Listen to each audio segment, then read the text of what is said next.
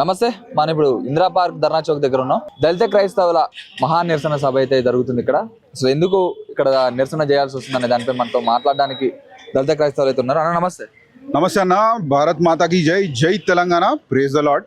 Kaloji TV ప్రేక్షకులకు అందరికీ కూడా యేసుప్రభు వారి పరిశుద్ధ నామంలో నమస్కారాలు తెలియజేస్తా ఉన్నా. ఓకే అన్న, ఈ అసలు దళిత క్రైస్తవులకు ఎస్సీ హోదా అనేది కూడా రద్దు చేస్తా అని చెప్పి కూడా చెప్తా ఒక స్టేట్మెంట్ కూడా రావడం జరిగింది.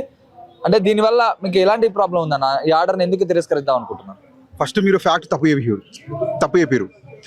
ఎస్సీ స్టేటస్ రద్దు చేస్తా అన్నట్టు కాదన్నా. ప్రొవిజన్ లో దళిత క్రైస్తవులు లేరు. విన్నావన్నా? ప్రొవిజన్ లో దళిత క్రైస్తవులు లేరు కాబట్టి దళిత క్రైస్తవులని ఇంక్లూడ్ చేయమని విజ్ఞప్తి చేస్తాను. అంతేగాని ఇదేం దాడి ఏం కాదు. దాడి అనలే నేను. దాన్ని ఎందుకు రద్దు చేద్దాం అనుకుంటున్నారు అంటున్నా.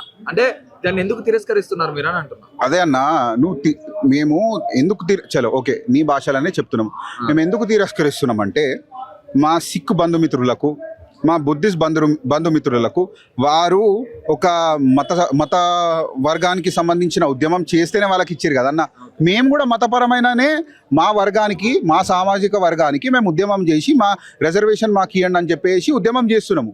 మా సిక్కు బంధుమిత్రులకు ఇచ్చి, మా బుద్ధిస్ట్ బంధుమిత్రులకు ఇచ్చి మాకు ఇవ్వకపోవడానికి కారణం ఏందని అడుగుతా ఉన్నాం. ఓకే అన్న, మీరు చెప్పిన దాని విధంగా మీకు వాళ్ళకి ఇచ్చారు కాబట్టి మాకు ఎందుకు ఇస్తలేరు అని అంటున్నారు. అంటే మీరు ఒక హిందువులుగా ఉండి ఎందుకు క్రైస్తవంలోకి మారాల్సి వచ్చింది? చాలా సెన్సిటివ్ ఇష్యూ కానీ చెప్తా. కొన్ని శతాబ్దాల ముందు ముడ్డికి చీపురు కట్టి నడిపించిండ్రు అన్న. అవాస్తవం అన్న? ఇది వాస్తవం కదన్న. ఇది యావత్ భారతదేశంలో తెలిసిన చరిత్ర.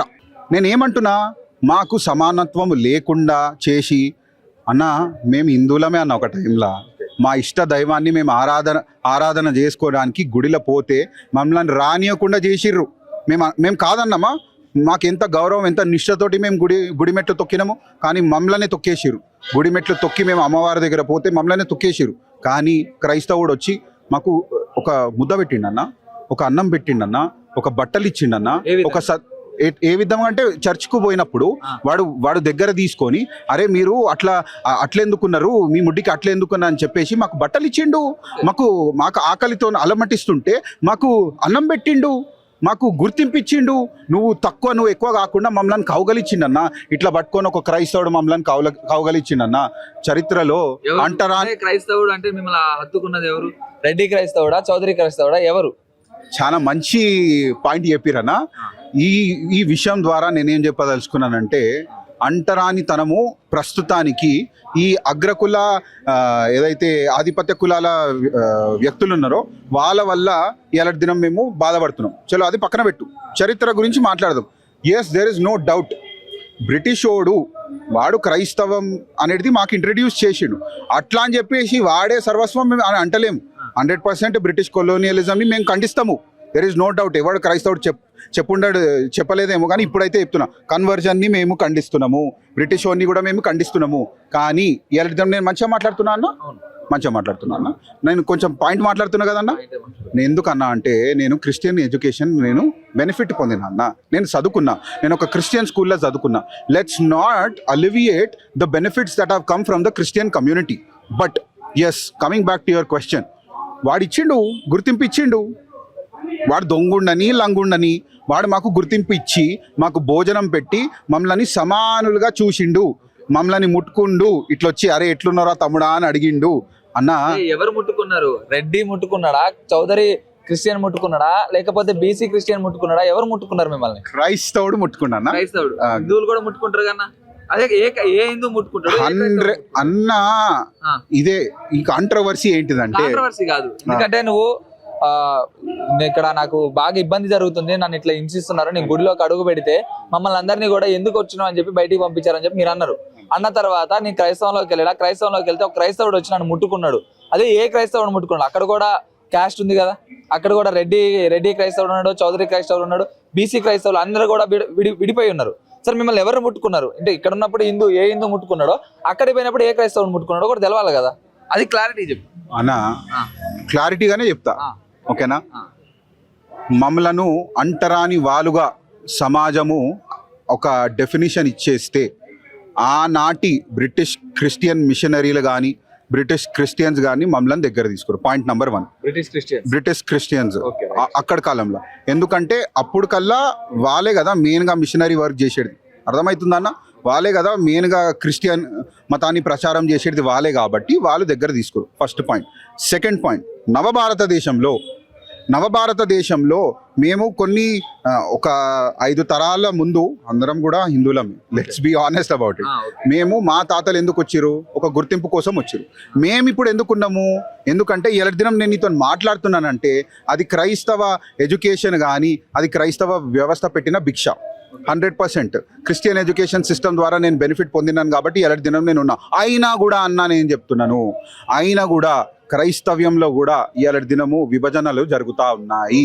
రెడ్డి చర్చ్లు ఉన్నాయి, చౌదరి చర్చ్లు ఉన్నాయి. నేను అంటున్నా, ఆధిపత్య వ్యవస్థ ఎప్పుడు, కుంభకోలి వ్యవస్థ ఎప్పుడు పోతుంది అన్న వాళ్ళని ఎదుర్కొనే శక్తి మా దగ్గర లేదు. కుల్లమాట లేదు. అందుకే అరే లేదనే కదన్న ఉద్యమం, లేదనే అంటున్నా. నేనేమంటున్నా అన్న, ఒక అందులోకి పోవడం ఎందుకు? అదేదో హిందుత్వంలోనే ఉంటే మీరు అక్కడ ఎదుర్కొనేది ఇక్కడ ఎదుర్కొంటున్నారు కదా, మరి హిందుత్వంలో నుంచి ఎందుకు క్రైస్తవులకు మారాల్సి వచ్చింది అన్న? ఇప్పుడు క్రైస్తవ్యంలో పోవడానికి ప్రధాన కారణం ఏంది? సామాజిక గుర్తింపు అన్న. కుల వివక్ష ఈడ కూడా ఉన్నదే, నిరూపించబడింది కదా. సామాజిక గుర్తింపు కోసం వచ్చినాం. విన్నావా? ఏది వచ్చింది కదా, ఉంది కదా. ఇప్పుడు నువ్వు నేను ఈక్వలా? సారీ, ఈక్వలే కదా. అంతే అన్న. నీ లాంటి నేనేమంటున్నా, ఇప్పుడు ఒకవేళ ఎస్సీ హోదా అనేది రద్దు చేస్తా అని చెప్పి క్రిస్టియన్స్ అన్నాడు. మీరు హిందుత్వంలో నుంచి క్రిస్టియన్స్ కన్వర్ట్ అయ్యారు కాబట్టి రద్దు చేస్తా అంటున్నారు. అదే మీరు హిందుత్వంలోనే ఉంటే మీకు మీ హోదా వస్తుంది కదా, దానికోసం ఎందుకు కొట్లాడాలని చెప్పి కొంతమంది అంటున్నారు. అన్న నేను ఒకటే అంటున్నా, మళ్ళా నేను అదే పాయింట్ స్ట్రెస్ చేస్తున్నా. క్రైస్తవ్యానికి పోయడానికి ఒకటే రీజన్ అప్పుడు కాలంలో, మా తాతల కాలంలో ఏంటిది? సామాజిక గుర్తింపు. ఇప్పుడు మీరు అంటుర్రు, అరే ఈడ కూడా అదే ఉంది కదా, హిందుత్వానికి రండి అని మీరు అంటుర్రు. నేను అనట్లే, అంటున్నారని చెప్తున్నా. అదేనే ఎవరైతే అంటుర్రు. నేను ఏమంటున్నా, ఇటీవలే ఒక సందర్భం జరిగింది. గుడిలా దళితులని రాని కూడా చేసిరు. నేను తప్పు మాట్లాడుతున్నా? మీరు కూడా చూసిరు, మీడియా మిత్రులు మీరు చూసిరు కదా. నేను ఏమంటున్నా అన్న, ఈడికి పోయినా అదే ఉన్నది, ఆడికి పోయినా అదే ఉన్నది, మేము ఆగమైతానము. ఇది మతాలకు అతీతంగా మాకు ఈ స్టేటస్ గాని వస్తే అటుపోయినా అదే బాధ, ఇటుపోయినా ఇదే బాధ, అంతేనా? ఏం చేసామన్నా మరి? ఇది మతపరమైన ఇష్యూ కాదు. ఇది ఒక వివక్ష ఏదైతే ఉన్నదో అది కొత్త రూపాలు తీసుకుంటే ప్రతి మతంలో సీప్ అవుతుంది. అది మేము ఏమంటున్నాము, అగ్రకులాలు, ఆధిపత్య కులాల ఏదైతే పెత్తనం ఉందో మేము తట్టుకోలేకపోతున్నాము. మా స్టేటస్ మాకు ఇచ్చారు అనుకో, మేము బాజాబ్తా నిలబడతాము. వాడు ముట్టడి చేయాలంటే సౌసాలు ఆలోచించాలి వాడు. అట్లా అని మేము అడుగుతా ఉన్నాము, స్టేటస్ కోసం అడుగుతా ఉన్నాము. గుర్తింపు హోదా అయితే వద్దా? హోదా కావాలని అడుగుతున్నాం కదా. నేను మళ్ళీ అడుగుతున్నా హోదా అంటున్నావు. ఎట్లా ఇది రెండు? నేనేమంటానంటే, పైన సుప్రీంకోర్టు నుంచి వచ్చిన ఆర్డర్ ఏంటంటే, హిందువులుగా ఉన్నారు మీరు, హిందువులుగా ఉంటేనే ఎస్సీ హోదా అనేది వస్తుంది, క్రిస్టియన్స్ గా మారితే ఆ హోదా అనేది రద్దు అవుతుంది అని చెప్తున్నారు. అప్పట్లో ఉన్న బ్రిటిష్ వాళ్ళందరూ మాకు ఈ క్రిస్టియానిటీని అలవాటు చేశారు, క్రిస్టియన్స్ లోకి తీసుకుపోయినారు అని చెప్పి మీరు చెప్పారు.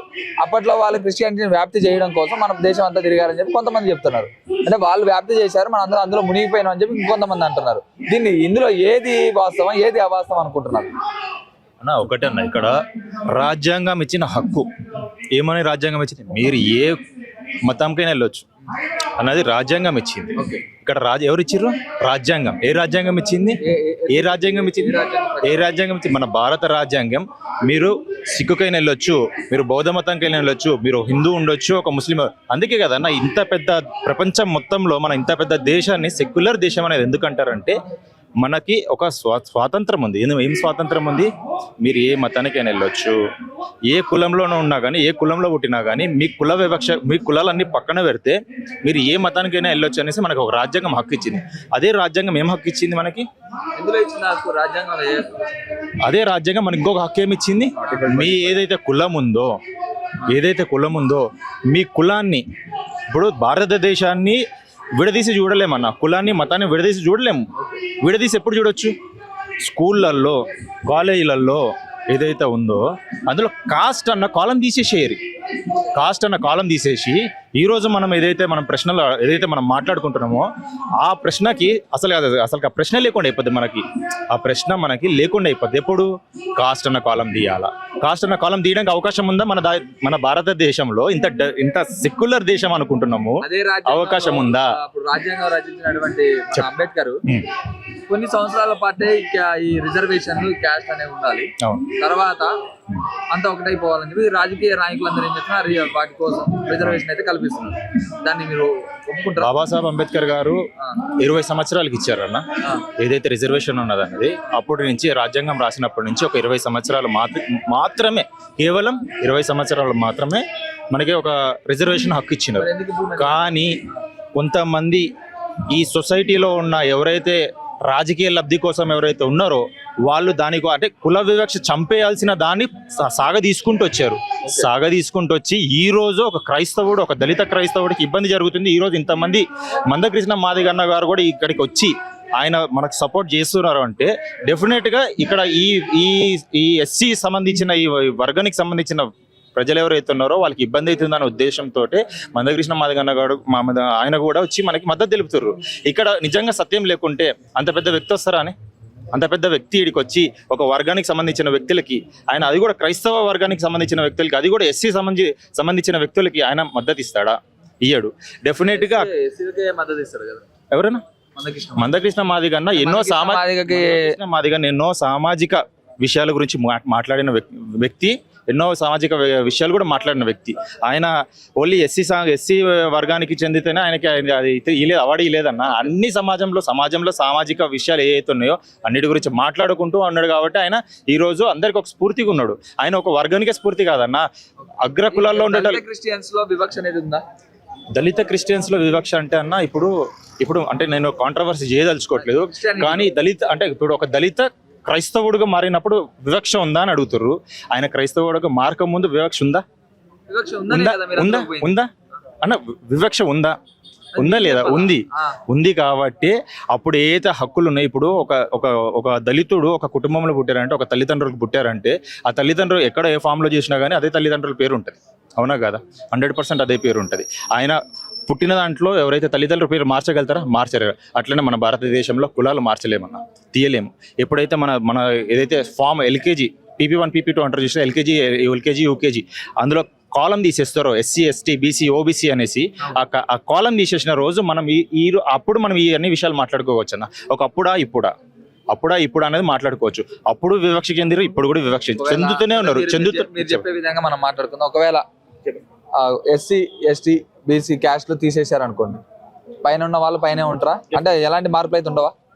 చూడండి అన్న, ఇది మళ్ళీ సపరేట్ సబ్జెక్ట్ అన్న. ఈ సబ్జెక్ట్ అదే నేను చెప్తా, దానికి కూడా సమాధానం చెప్తా. ఇప్పుడు EWS అని ఒకటి పెట్టారన్న. EWS ఎందుకు పెట్టారు?